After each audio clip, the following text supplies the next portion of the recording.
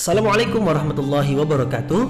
Mari klik subscribe di channel ini dan aktifkan tanda loncengnya untuk mendapatkan update pemberitahuan di video berikutnya.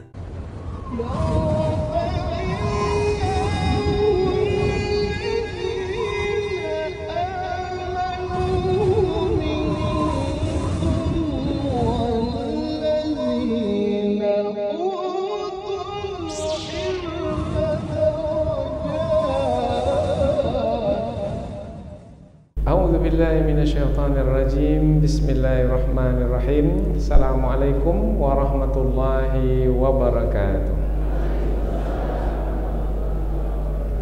Alhamdulillahi rabbil alamin wa bihi nasta'in wa ala umurid dunya waddin. Nasta'inuhu wa nastaghfiruh wa na'udzu billahi min syururi anfusina wa min sayyiati a'malina. فمن يهده الله فلا مضل له ومن يضلل فلا هادي له أشهد أن لا إله إلا الله وحده لا شريك له وأشهد أن محمدا عبده ورسوله لا نبي بعده أما بعد. Kita bersyukur kepada Allah Subhanahu wa taala yang masih melimpahkan rahmat dan nikmat. Kita bersyukur dengan mengucapkan Alhamdulillahi Rabbil Alamin. Tidak lupa pula bersalawat kepada Rasulullah dengan mengucapkan Allahumma salli ala Sayyidina Muhammad wa ala ali Sayyidina Muhammad. Dan bersalam kepada Rasulullah dengan mengucapkan Assalamu alayka ya Rasulullah. Alhamdulillah kita dapat kembali meneruskan pengajian tafsir ayat-ayat suci Al-Quran yang insyaAllah kita akan teruskan kepada ayat yang ke-57 dan 58 dari surah Al-An'am, yaitu yang menerangkan tentang perintah Allah kepada Rasulullah SAW supaya mengatakan kepada orang-orang kafir yang meminta Rasulullah supaya menyegerakan azab ke atas mereka. Jadi mereka dengan angkuh dan sombongnya, mereka orang-orang kafir itu meminta kepada Rasulullah, wahai Muhammad, kalau memang ya engkau benar sebagai seorang Rasul dan yang kamu sampaikan adalah benar sebagai firman-firman Allah, maka turunkanlah azab ke atas kami sesegera mungkin, secepat mungkin. Kalau azab tidak turun ke atas kami, bermakna kamu tidak benar. Itu adalah permintaan dari orang-orang kafir kepada Rasulullah. Maka Allah pun menurunkan dua ayat ini sebagai menerangkan bahwasanya Rasulullah mesti mengatakan perkataan kepada mereka, perkataan yang tepat, perkataan yang benar sebagai jawaban ke atas permintaan mereka yang buruk itu. Buruk disebabkan karena datang dari keangkuhan dan kesombongan. Allah Subhanahu wa ta'ala menyampaikan kepada Rasulnya supaya mengatakan kepada orang-orang yang meminta supaya azab disegerakan. Pertama, menyampaikan kepada mereka bahwasanya Rasulullah sebagai seorang Rasul adalah yang betul-betul yakin di atas kebenaran. Nah, itu yang akan disampaikan kepada mereka. Jadi Rasulullah tidak akan ragu-ragu disebabkan karena permintaan mereka untuk disegerakan azab itu. Tidak.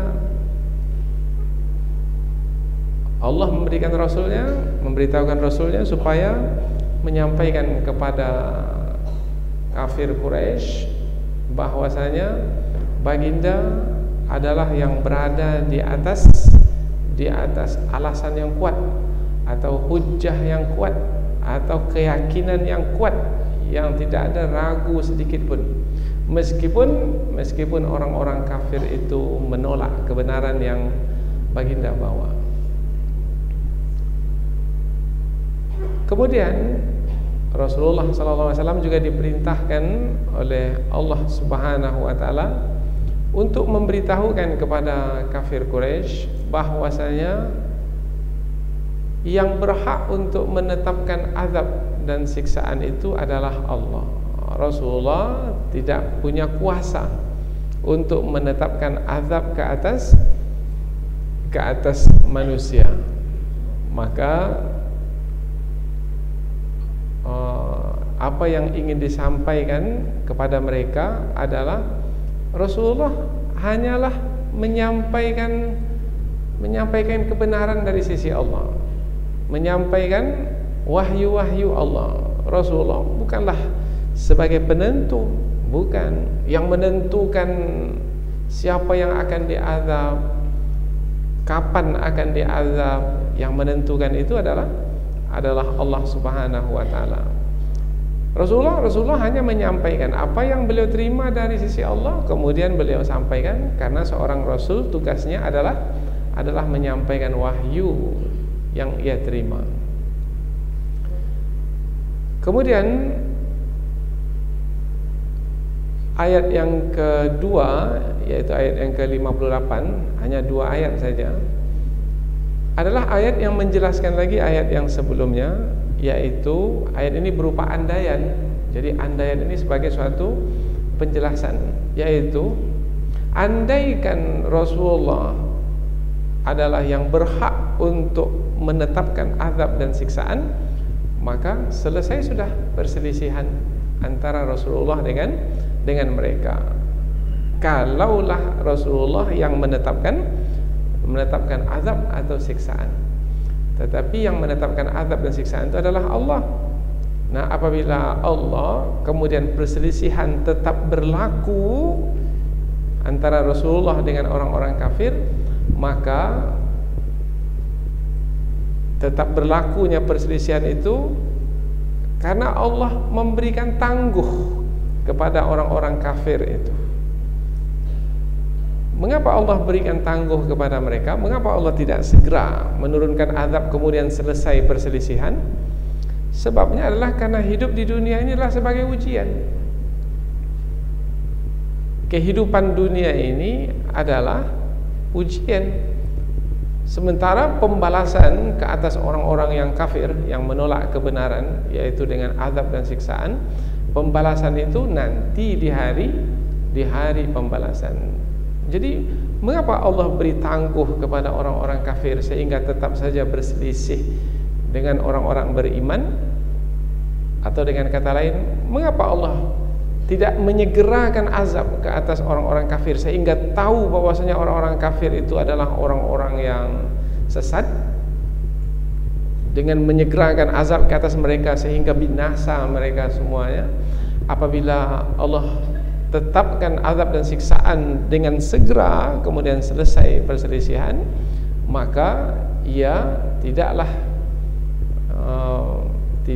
sesuai dengan nilai hidup yang ada di dunia ini, yaitu sebagai menjalani ujian dari sisi Allah Subhanahu wa taala. Umpamanya dahulu pada masa Nabi Nuh alaihi salam, berapa lama Nabi Nuh berdakwah kepada kaumnya sehinggalah sampai kepada siksaan Allah yang membenamkan mereka? Berapa lama Nabi Nuh berdakwah kepada mereka, kepada kaumnya? 950 tahun. Artinya 950 tahun adalah masa yang cukup panjang. Allah tangguhkan azab ke atas mereka sebagai ujian, sebagai ujian yang mereka jalani.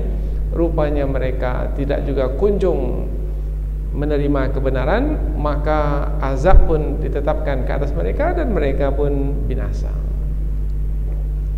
Begitu juga umpamanya kepada kafir Quraisy. Berapa lama Rasulullah berdakwah kepada kafir Quraisy di Mekah? 13 tahun lamanya. Kalau dari awal lagi Allah telah tetapkan kebinasaan, makna ujian itu tidak terasa. Umpamanya ketika Abu Lahab mencela Rasulullah, umpamanya, tabban laka ya Muhammad, celaka kamu wahai Muhammad. Kalau Allah langsung tetapkan siksaan ke atas Abu Lahab langsung mati, binasa, nah berakhir sudah. Apabila begitu yang terjadi, maka nilai ujian di dalam hidup tidak nampak, tapi diberi tangguh Abu Lahab itu untuk hidup. Artinya diberi waktu sehingga dia bisa memilih mau beriman atau tetap di dalam kekufuran. Apabila mau beriman, maka berhasil dalam ujian. Apabila tak juga mau beriman, mati dalam kekufuran, berarti gagal dalam ujian. Jadi penangguhan dari sisi Allah Subhanahu wa taala adalah sebagai menepati hakikat hidup di dunia ini, karena hidup di dunia ini adalah sebagai ujian. Kalaulah hak untuk menetapkan siksaan itu diberikan kepada Rasulullah, maka akan berlaku, akan ditetapkanlah oleh Rasulullah siksaan itu, dan selesai sudah perselisihan antara orang-orang beriman dengan orang-orang kafir.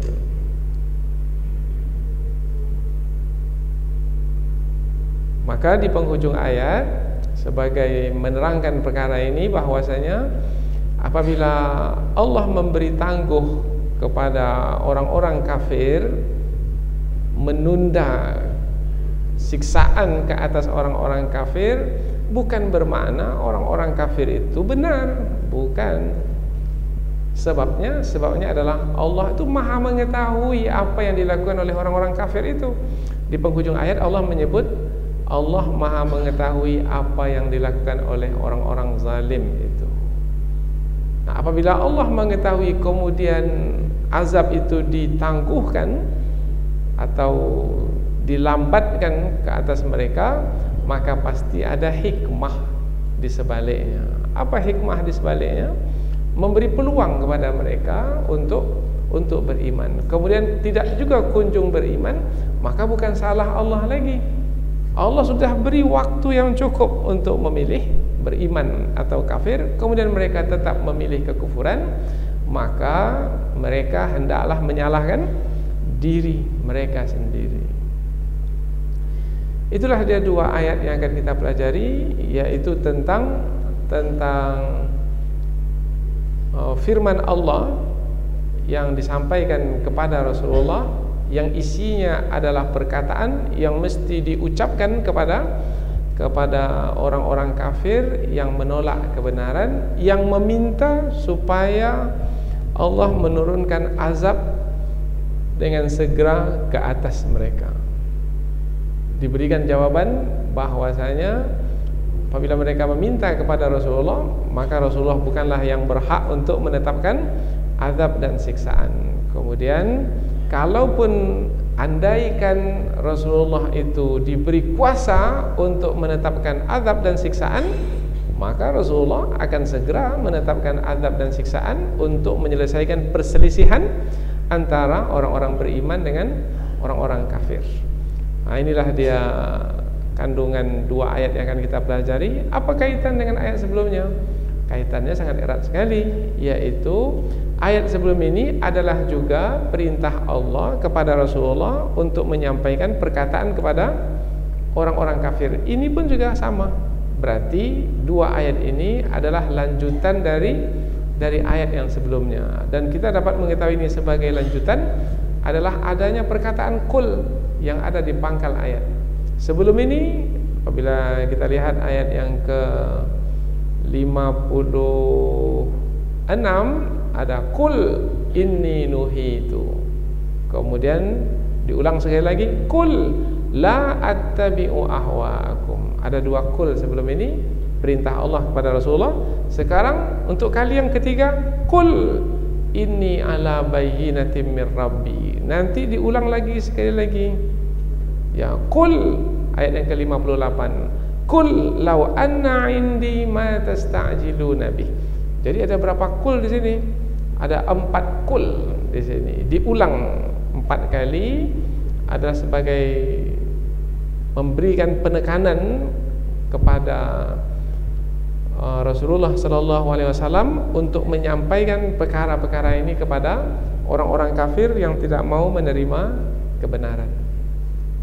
Jadi kaitan antara dua ayat ini dan ayat sebelum ini adalah dua ayat ini melanjutkan ayat yang sebelumnya tentang perintah Allah kepada Rasulullah untuk menyampaikan perkataan kepada orang-orang kafir yang menolak kebenaran yang disampaikan oleh baginda Rasulullah. Selanjutnya kita pindah ke tafsir ayat, yaitu penjelasan yang lebih panjang dari ayat, namun kita akan membacanya terlebih dahulu, dan supaya lebih dekat dengan kandungan ayat, kita akan menerjemahkannya secara harfiah. Allah Subhanahu wa taala berfirman, A'udzubillahi minasyaitonirrajim. Bismillahirrahmanirrahim.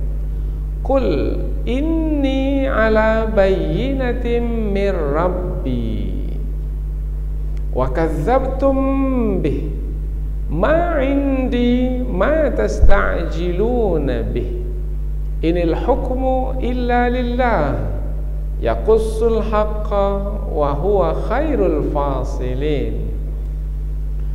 Qul law anna indi ma tasta'jiluna bih laqudiyal amru baini wa bainakum wallahu a'lamu bizzalimin. Allah berfirman, Qul, katakanlah wahai Muhammad perkataan berikut ini. Kepada siapa dikatakan? Kepada orang-orang kafir. Inni ala bayyinatin min rabbi. Inni, sesungguhnya aku, ala, di atas, bayyinatin, keterangan yang jelas, atau nanti ada tafsirannya hujjah yang jelas, atau alasan yang jelas, atau kepercayaan yang jelas, atau keyakinan yang jelas. Nah, ini dalam tafsiran. Min rabbi, dari Tuhanku, wa kadzdzabtum bih, wa, dan kadzdzabtum, kamu mendustakan, bihi, mendustakan terhadapnya. Nya siapa di sini? Nanti dalam tafsir dibahaskan, yaitu yang paling banyak dipilih oleh para ulama tafsir adalah dan kamu mendustakan Allah Subhanahu wa taala atau mendustakan kebenaran. Ma indi ma tasta'jiluna bih. Ma, tidak ada, indi, di sisiku, ma, apa-apa yang tasta'jiluna, yang kamu minta disegerakan, bih, dengannya, dengan yang kamu minta itu. Apa yang diminta oleh kafir Quraisy untuk disegerakan,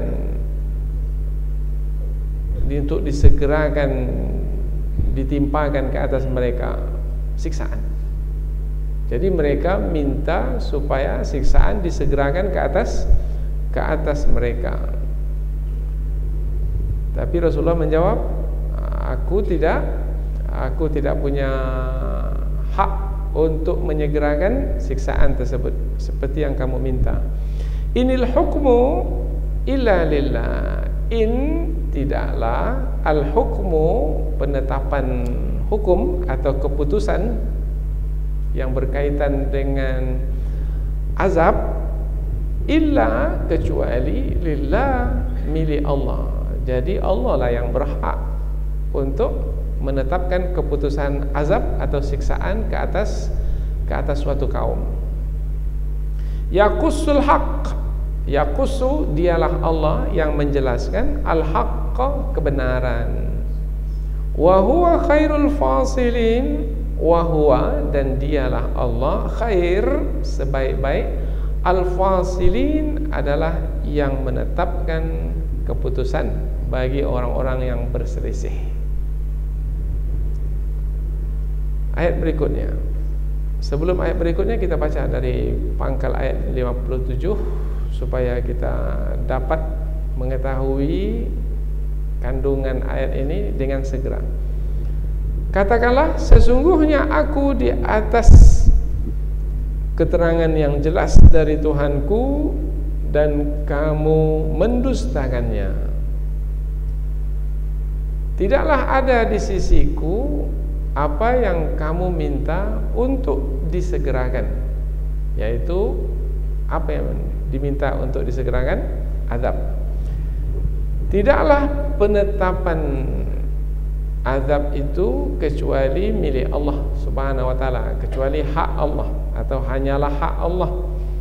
Dialah Allah yang menjelaskan kebenaran, dan dialah Allah sebaik-baik yang memberi keputusan ke atas orang-orang yang berselisih.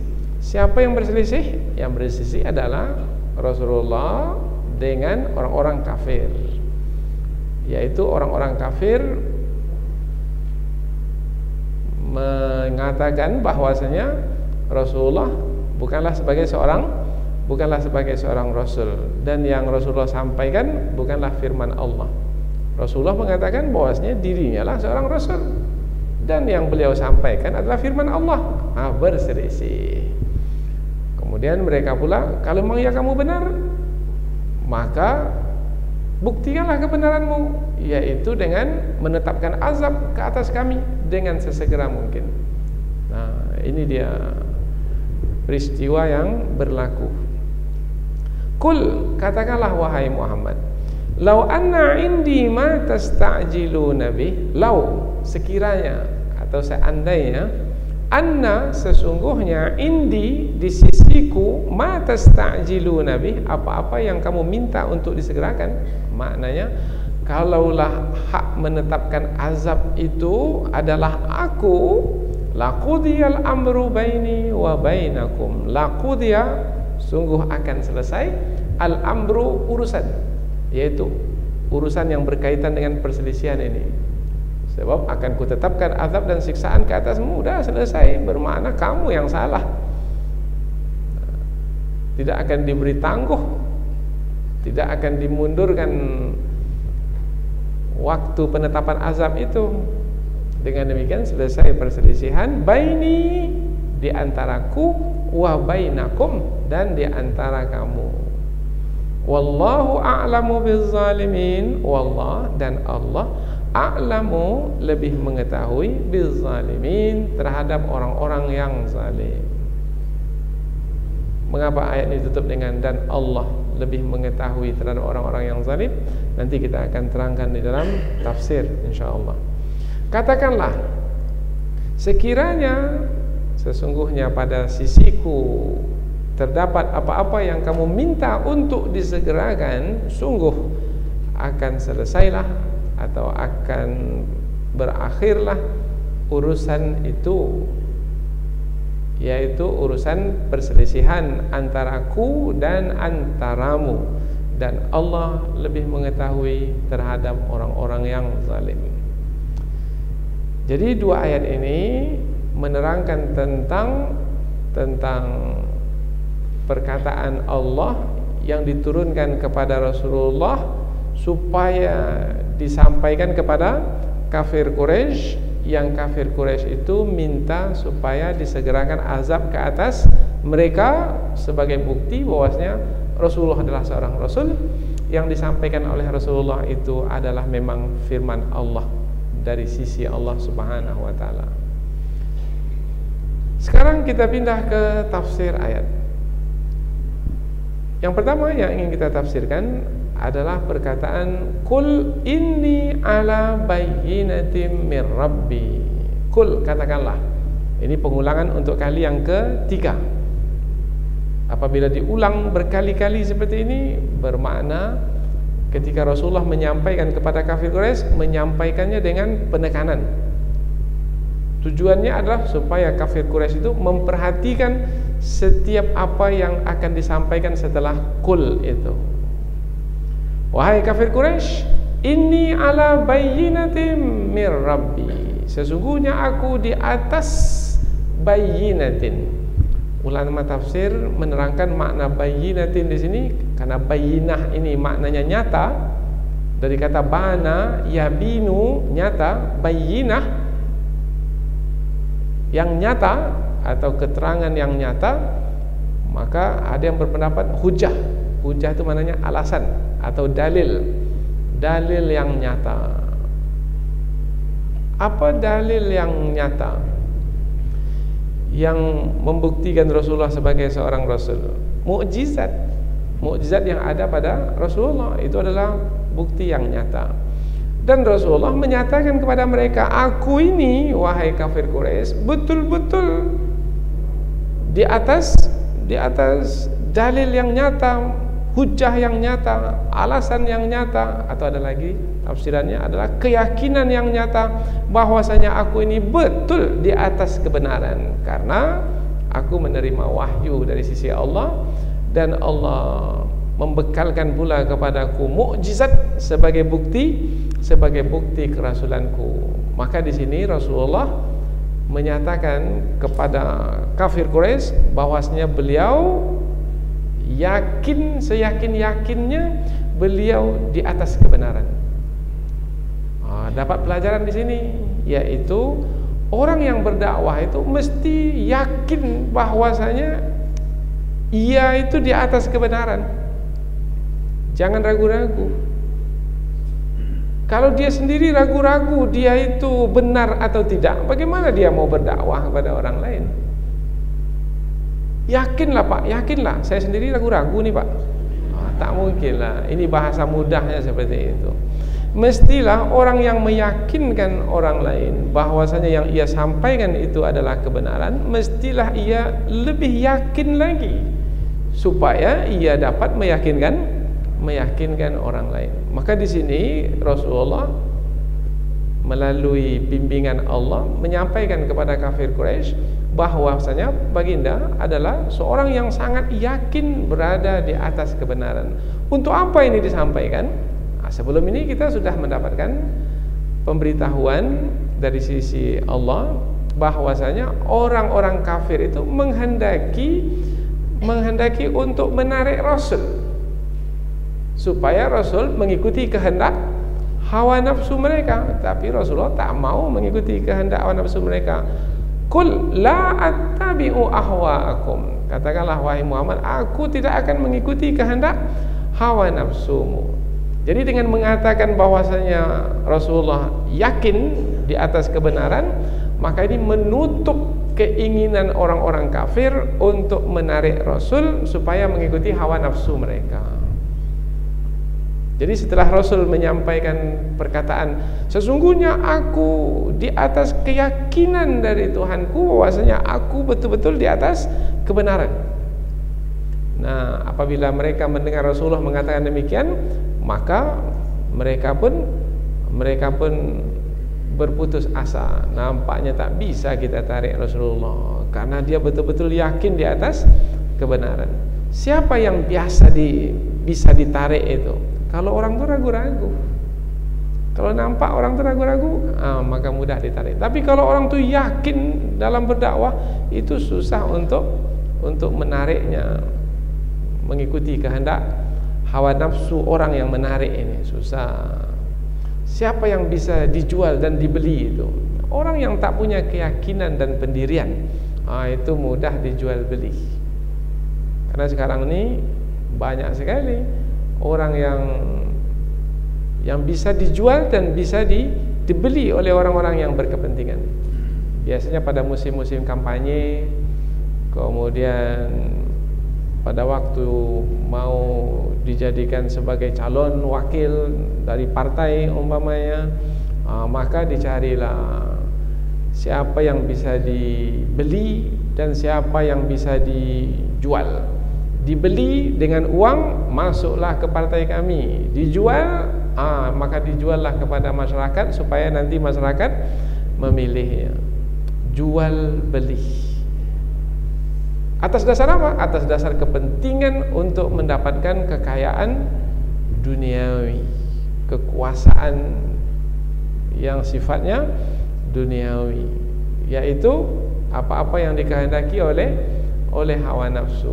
Tapi apabila orang memiliki keyakinan yang kuat bahwasanya ia di atas kebenaran, tak ada siapa berani untuk membelinya. Percuma aja kita memintanya, tak akan mau dia itu. Apa sebab? Sebab dia ini memang betul-betul hidupnya itu untuk perjuangan karena Allah semata. Ini tak ada dia menginginkan dunia. Tak bisa kita beli dia itu. Nah, Rasulullah ketika menyampaikan sesungguhnya aku berada di atas keyakinan dari Tuhanku, bahwasanya aku ini yakin aku ini di dalam agama yang benar, di atas petunjuk yang benar. Dengan mengatakan itu kepada mereka, maka hilanglah harapan mereka untuk menarik Rasulullah supaya mengikuti hawa nafsu mereka. Qul inni ala bayyinatin mir rabbi. Bayyinatin berbaris dua di bawah, tidak menggunakan alif lam. Semestinya lebih tepat menggunakan alif lam, karena Rasulullah mengatakan sesungguhnya aku di atas hujah yang jelas. Nah, kalau hujah yang jelas bermakna hujah itu telah diketahui, mestinya pakai alif lam. Tetapi di sini tidak menggunakan alif lam, maka at-tankir di sini, nakirah di sini dalam ilmu Al-Qur'an tujuannya adalah lit-tafkhim atau lit-ta'zim, yaitu untuk menerangkan hujah yang nyata. Bayinah ini adalah bayinah yang besar sekali nilainya. Nilainya itu amat mahal sekali. Untuk menerangkan mahal dan besarnya nilai hujah yang nyata atau keyakinan yang nyata ini, maka dihilangkan alif lamnya. Qul inni ala bayyinatin mir rabbi. Min rabbi, bayyinatin mir rabbi. Bayyinatin hujah yang jelas atau keterangan yang jelas atau keyakinan yang jelas, jelas-jelas di atas kebenaran, di atas kebenaran min rabbi, dari Tuhanku. Dengan menambah perkataan min rabbi ke atas bayyinah, menerangkan bahwasanya Rasulullah betul-betul membuat mereka menjadi berputus asa.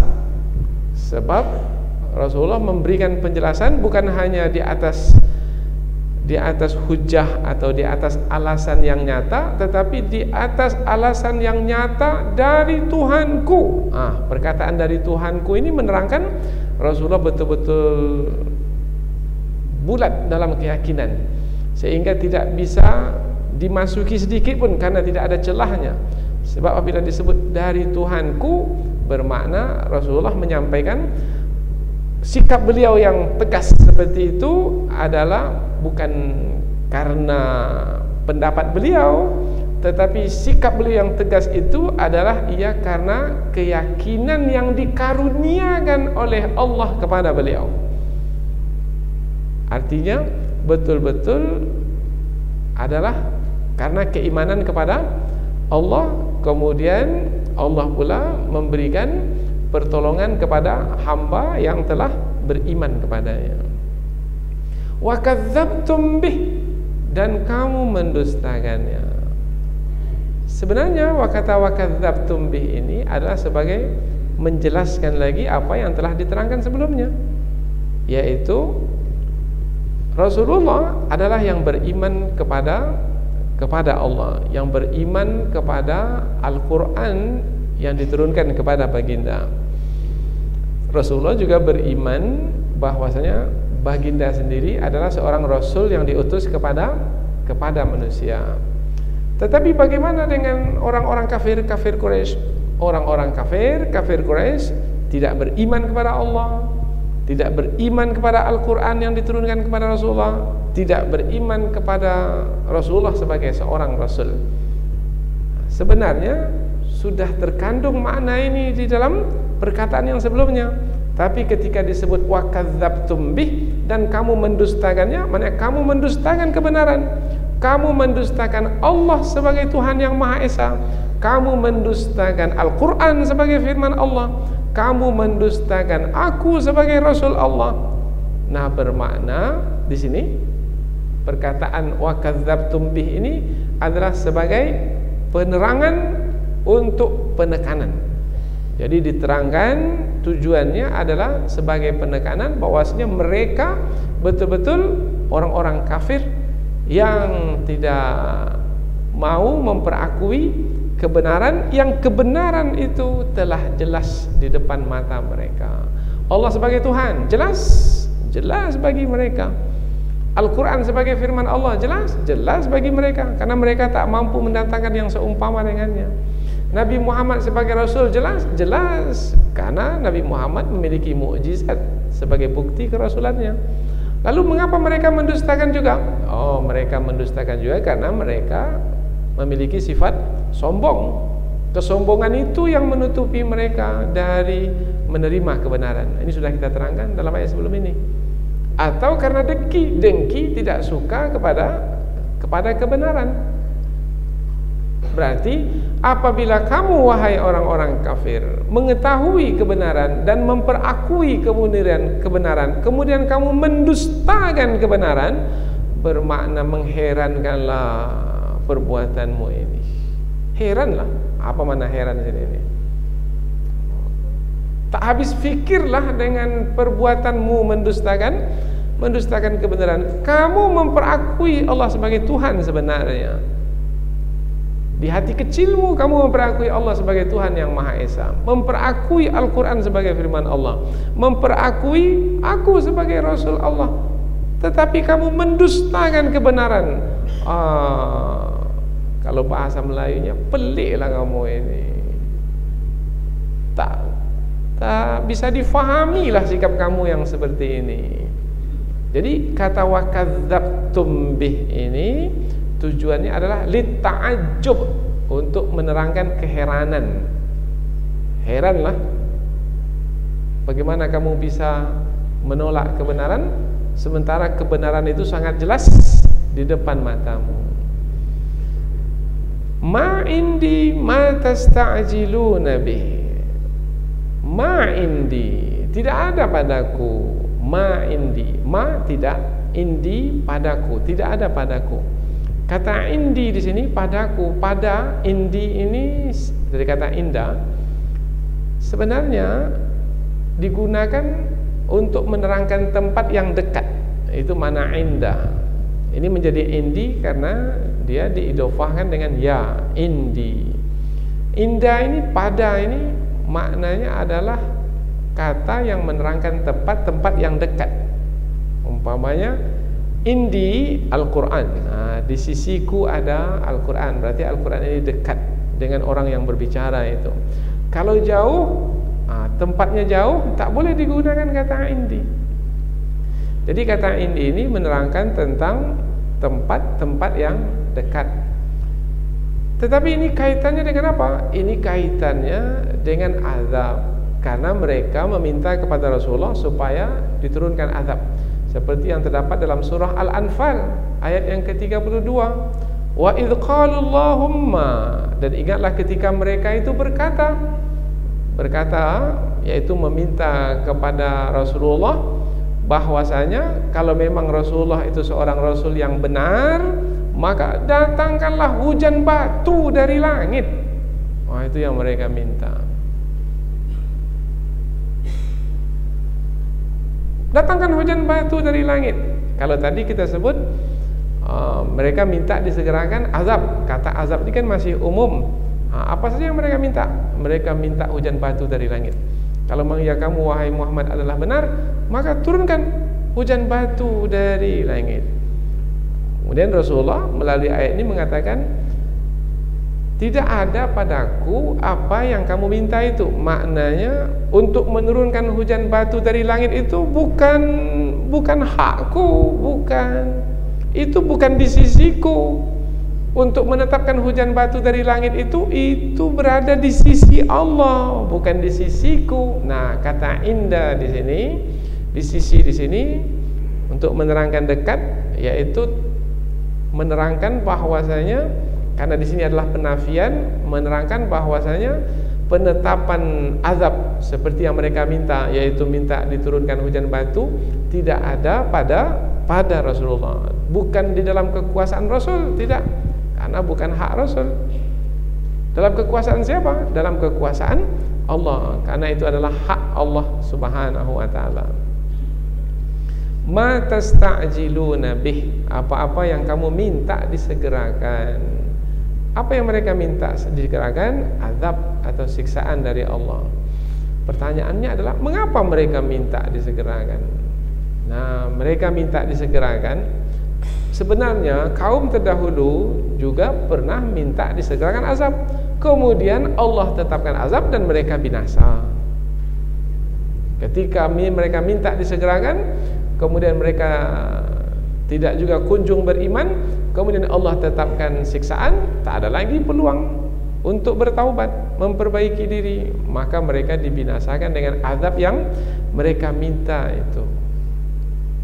Mengapa mereka minta disegerakan azab? Disebabkan karena mereka ingin apabila azab tidak diturunkan, ada alasan bagi mereka untuk mendustakan Rasulullah. Ada alasan bagi mereka untuk tidak beriman. Kalau memang ya kamu benar wahai Rasul, maka datangkanlah hujan batu dari langit. Kalau sampai hari ini tak ada hujan batu dari langit, bermakna kamu tak benar. Jadi ada alasan bagi mereka untuk mendustakan Rasulullah. Pada hari ini ada orang yang seperti ini. Ada juga. Tapi lain pula modelnya. Minta sumpah pocong dia. Kalau memang ya kamu betul, maka mari kita bersumpah. Kalau memang ya saya yang salah, maka nanti saya akan celaka, umpamanya. Orang yang seperti ini orang yang angkuh, yang sombong, seakan-akan ia mampu untuk menanggung azab dan siksaan dari sisi Allah Subhanahu wa taala. Terlalu berani untuk meminta azab disegerakan ke atas mereka, karena mereka tahu bahwasanya mereka adalah orang-orang yang sesat, orang-orang yang menolak kebenaran. Tetapi karena ingin juga mendapatkan alasan yang bisa digunakan untuk mendustakan kebenaran, maka mereka minta supaya disegerakan azab ke atas mereka. Inil hukmu illa lillah. Tidaklah penetapan hukum yang berkaitan dengan azab itu illa, kecuali lillah, kecuali milik Allah, atau kecuali hak Allah. Hanyalah hak Allah yang menetapkan azab itu. Nah, ini diberitahukan kepada mereka. Allah memberitahukan Rasulnya supaya menyampaikan kepada mereka bahwasanya yang menetapkan azab bukanlah Rasulullah, yang menetapkan azab adalah Allah. Dengan demikian, kandungan dari apa yang disampaikan ini adalah pesan bahwasanya Rasulullah itu bukan Tuhan. Rasulullah itu manusia biasa.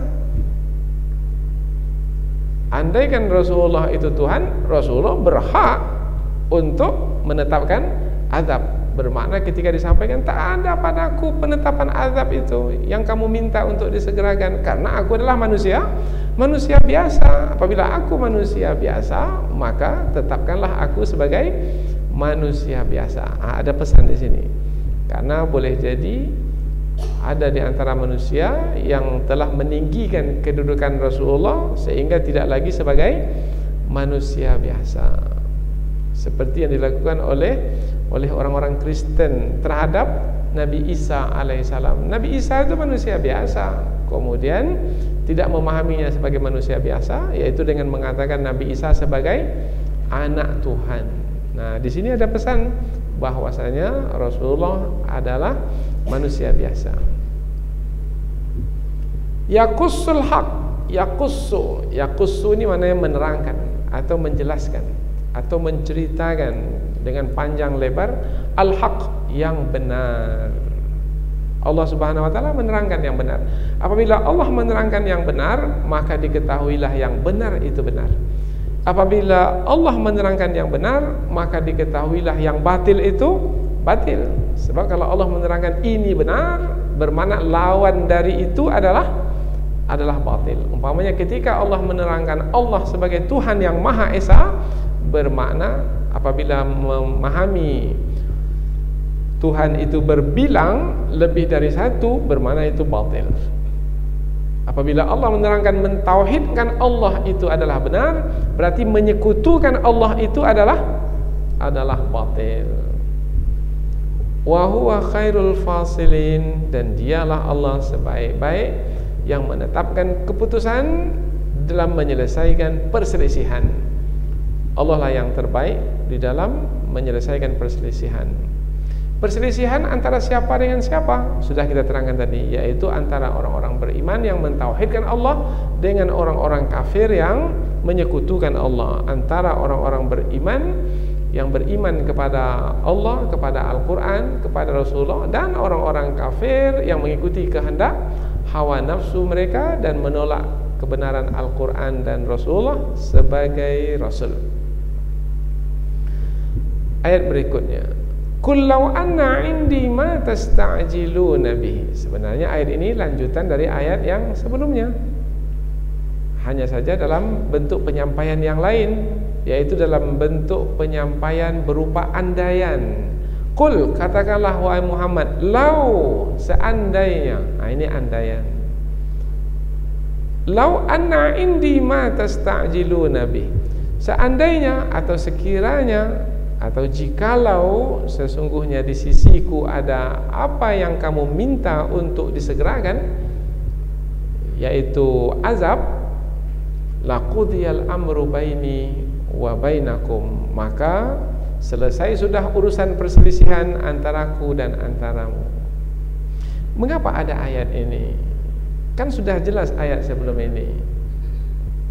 Maka diterangkan di dalam kajian tafsir bahwasanya ayat ini untuk lebih memperjelas lagi, sebab boleh jadi muncul pertanyaan. Pertanyaannya adalah Rasulullah mengatakan kepada mereka, tidak ada di sisiku hak untuk menetapkan azab, karena hak untuk menetapkan azab itu adalah hak Allah Subhanahu wa taala. Muncul pertanyaan, yaitu kalaulah kamu wahai Muhammad diberi hak untuk menetapkan azab, bagaimana? Nah, itu dia pertanyaan. Maka ditambah oleh ayat ini, kalaulah di sisiku ada hak untuk menetapkan siksaan, untuk menyelesaikan perselisihan, akan kutetapkan siksaan itu dengan sesegera mungkin, sehingga selesailah perselisihan antaraku dan kamu. Artinya kamu tak akan diberi tangguh. Dengan adanya hak itu di sisi Allah, kemudian kamu diberi tangguh, karena hidup di dunia ini adalah sebagai ujian, supaya ada peluang bagi kamu untuk memilih beriman sehingga kamu berhasil dalam ujian. Tetapi kalau tidak juga kamu tetap memilih kekufuran, gagallah kamu dalam ujian, maka tanggunglah azab dan siksaan nanti di hari pembalasan. Jangan salahkan Allah, sebab Allah telah memberikan peluang kepadamu untuk tidak menetapkan azab dengan segera kepadamu. Apa pelajaran yang bisa kita ambil di sini? Kita ada melihat orang yang tidak menjalankan kewajiban sebagai orang yang beragama. Kalau kita tanya apa agama? Agama Islam. Tapi sholat tidak, puasa tidak, mengeluarkan zakat tidak berlaku jujur, tidak berakhlak mulia, banyak sekali kejahatan dan kemaksiatan yang dia lakukan. Tetapi badannya sehat, hartanya bertambah, tak ada masalah apa-apa. Kita tengok pula kedudukannya, kekuasaannya tinggi. Kemarin caleg Kota Madia lulus juga, sekarang caleg provinsi lulus juga, kemudian caleg pula ke pusat sana dapat suara juga, tapi sholat tidak, puasa tidak. Maka jangan pula cepat membuat keputusan, oh bermakna tak ada masalah dia itu. Oh, masalah besar. Apa masalahnya? Masalahnya dia sedang diberi tangguh oleh Allah. Andaikan Allah tidak memberi tangguh kepadanya, langsung dia terjatuh, mati badan sebelah, koma di rumah sakit, kemudian sakratul maut tiba, kemudian meninggal dunia. Tetapi Allah beri tangguh, berpuluh tahun lamanya Allah beri tangguh, supaya dia menggunakan akal fikiran yang Allah karuniakan ke atasnya, Sudah begitu banyak dia menerima rezeki dari sisi Allah, masih belum juga mengenal Allah. Kalau belum juga, berarti bukan salah Allah lagi, salah dirinya sendiri. Maka tanggunglah azab yang lebih besar disebabkan karena kemaksiatan atau kejahatan yang banyak dan lama dilakukan selama hidup di dunia. Jadi jangan disangka bahwasanya ditangguhkannya azab oleh Allah itu adalah suatu pembenaran terhadap perbuatan yang dilakukan. Tidak. Kalau kita melihat orang-orang yang jahat-jahat itu, yang semakin hari hidupnya semakin menyengsarakan orang lain, kalaulah penetapan azab itu ada di tangan kita, bagaimana? Mau kita cepatkan azab ke atas mereka itu?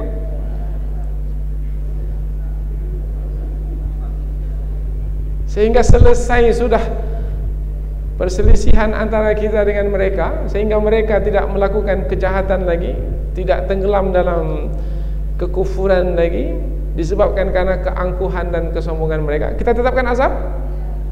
Nah, begitu juga lah dalam ayat ini. Jadi tidak ditetapkan pada diri Rasulullah hak untuk mengazab itu, tetapi Allah sendiri yang memegangnya, karena ada hikmah di sebaliknya. Hikmahnya adalah Allah memberikan tempoh atau waktu supaya mereka itu bertaubat kepadanya, karena hidup ini adalah sebagai ujian. Kita yang kadang-kadang tak sabar, mengapalah orang seperti itu dipanjangkan umurnya ya. Nah, kemudian kita lihat pula ada orang baik-baik, sangat bermanfaat hidupnya bagi orang lain, mengapalah orang itu pendek umurnya ya. Nah, ini kita yang menilainya. Maka sebaiknya pulangkan sajalah kepada Allah yang maha bijaksana dalam mengatur alam semesta ini, termasuk dalam mengatur kehidupan manusia.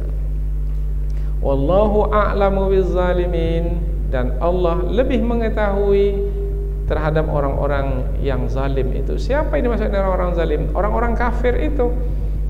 Kalau yang berkaitan dengan Rasulullah pada masa dahulu adalah kafir Quraisy yang menyekutukan Allah. Mengapa mereka disebut sebagai orang-orang yang zalim? Sebab kafir Quraisy itu menyekutukan Allah, yang perbuatan menyekutukan Allah itu disebut kezaliman yang paling besar. Inna syirka la zulmun azim. Sesungguhnya syirik adalah kezaliman yang besar. Nah, di sini Allah menyebut Allah lebih mengetahui apa yang dilakukan oleh orang-orang zalim itu. Maknanya Allah lebih mengetahui apa yang dilakukan oleh orang-orang musyrik itu. Kalau Allah lebih mengetahui, maka pulangkan sajalah kepada Allah yang maha mengetahui itu. Bagaimana Allah menetapkan kebijaksanaannya ke atas mereka? Akankah Allah menetapkan siksaannya dengan segera atau memberikan tangguh? Maka pulangkan sajalah kepada Allah Subhanahu wa taala. Apa yang patut kita jalani sekarang adalah, nah ini dia yang berkaitan dengan kandungan ayat ini. Apa yang patut kita jalani sekarang adalah ketika kita berhadapan dengan mereka yang seperti itu sikapnya, maka hendaklah kita menyatakan di hadapan mereka kita berada di atas keyakinan yang jelas, yang kuat, di atas petunjuk yang benar, yang kita tidak akan keluar daripadanya sedikit pun. Dengan demikian berarti mereka mengetahui bahwasanya kita tidak ragu-ragu dalam mengikuti kebenaran, sehingga kita tidak diseret oleh mereka, atau mereka tidak berkeinginan lagi untuk menyeret kita supaya kita mengikuti kehendak hawa nafsu mereka. Orang yang seperti ini adalah orang yang gagah perkasa di dalam berselisih dengan orang-orang kafir atau orang-orang yang mengikuti kehendak hawa nafsu mereka. Hidup ini adalah perjuangan. Apabila kita adalah orang-orang beriman, bermakna kita berjuang menghadapi orang-orang orang-orang kafir. Orang-orang kafir tidak akan rela, tidak akan rela sehinggalah kita meninggalkan keimanan dan mengikuti kekufuran seperti mereka. Perjuangan. Maka ada orang yang berhasil di awal kehidupannya tetapi kemudian mengikuti kehendak hawa nafsu orang-orang kafir. Akhirnya masuk ke dalam kumpulan orang-orang kafir. Gagal dalam perjuangan. Hidup ini adalah perjuangan, dan perjuangan itu adalah ujian dari sisi Allah. Siapa yang berhasil dalam perjuangan, siapa yang berhasil dalam ujian, ia adalah yang akan mendapatkan keberuntungan. Maka kita bermohon kepada Allah supaya diberi kekuatan di dalam perjuangan ini, sehingga kita tetap istiqamah di atas jalan yang benar, dan kita nyatakan dengan terang dan jelas bahwasanya kita ini di atas jalan yang benar dengan keyakinan yang kokoh, sehingga hilanglah peluang bagi mereka untuk menyeret kita atau menarik kita kepada apa-apa yang dikehendaki oleh hawa nafsu mereka. Mudah-mudahan Allah berikan pertolongan dan bantuan sehingga kita hidup di atas kebenaran, dan apabila Allah wafatkan kita di dalam kebenaran pula. Mudah-mudahan apa yang kita pelajari ini ada manfaatnya. Subhanakallahumma wa bihamdika asyhadu an la ilaha illa anta wa astaghfiruka wa atubu ilaik. Wassalamualaikum warahmatullahi wabarakatuh.